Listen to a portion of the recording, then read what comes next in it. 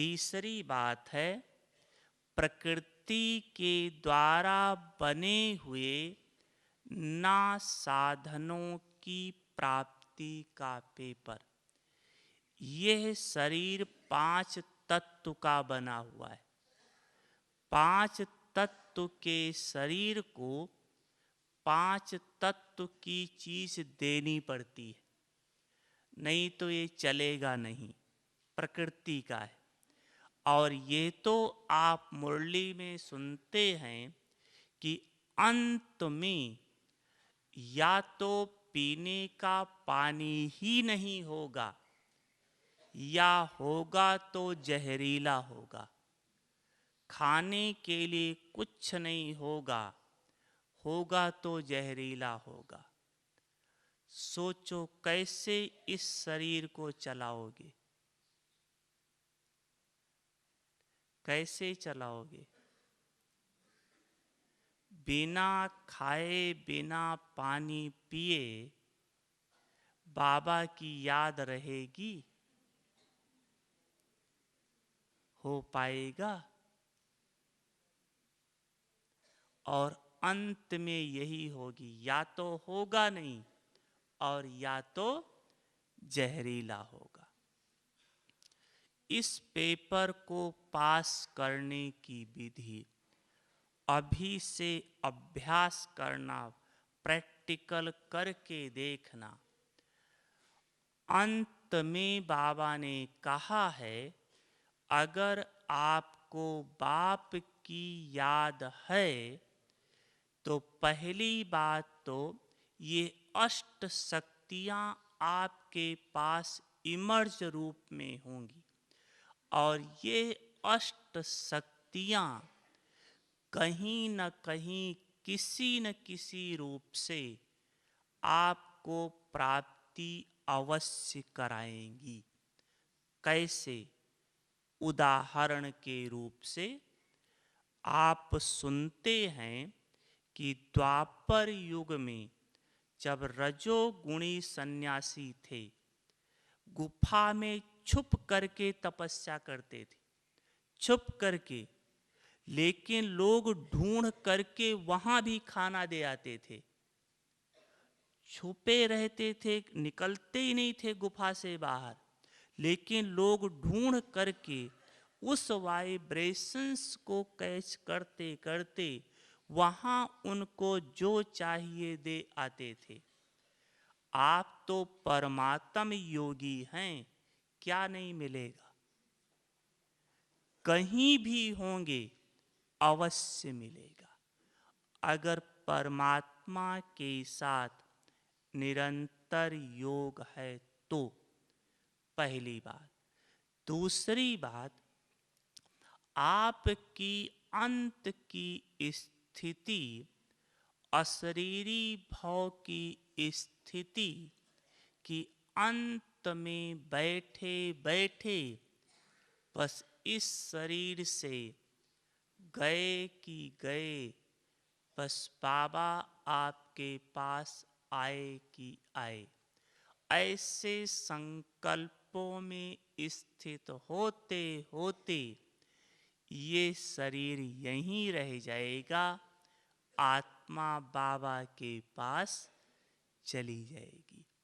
जैसे आप सुनते हैं, बाबा कहता कई सन्यासी बैठे बैठे शरीर को छोड़ देते, ऐसे आप बैठे बैठे ऊपर के ऊपर ही रह जाएंगे, भूख प्यास से न्यारे हो जाएंगे।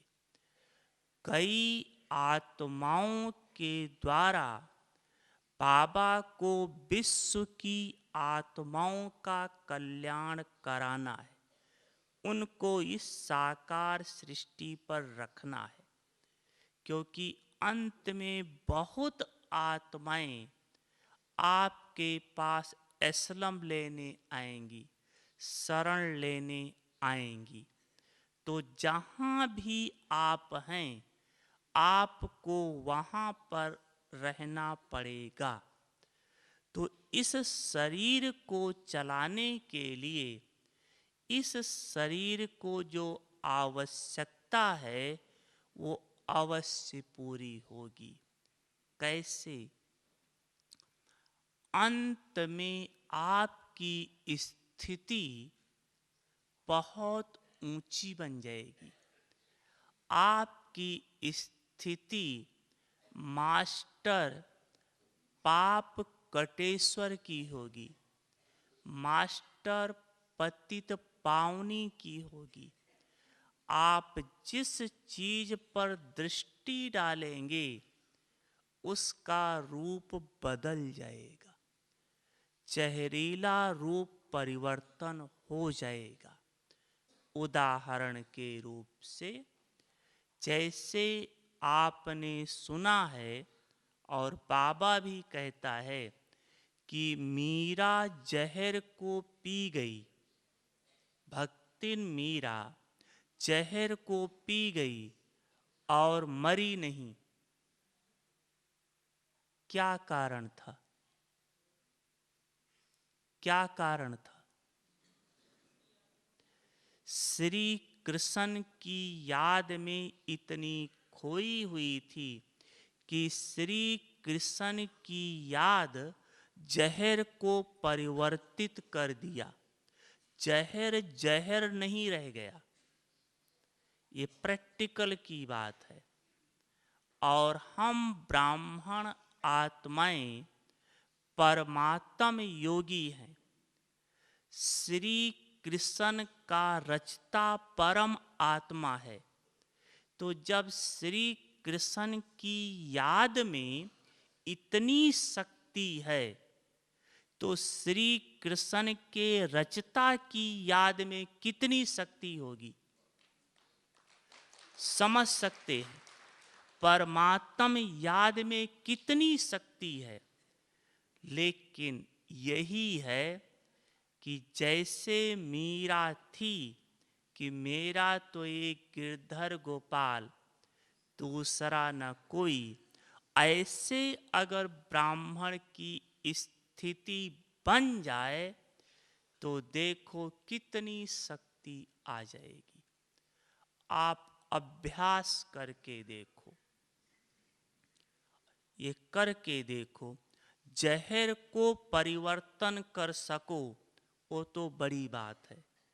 आप अभी अभ्यास करो, तुरंत तो नहीं हो जाएगा। कुछ दिन अपनी स्थिति अव्यक्त बनाओ, अभ्यास करो। और जब देखो एक हफ्ता तक 75% अव्यक्त स्थिति हो गई है, फिर आप खट्टा दही लो, जो खट्टा है, उस पर दृष्टि डाल के उसकी खटास खत्म करो। अगर खटास खत्म कर सकते हो तो जहर भी बदल सकते हो। करके देखो। ऐसे नहीं कि ऐसे दृष्टि देना शुरू किया हो जाएगा। कुछ समय की आत्मा के अंदर शक्ति चाहिए तो वो शक्ति वहाँ काम करेगी। प्रैक्टिकल उदाहरण का देखो, ये हमने अभ्यास किया है, सफलता है।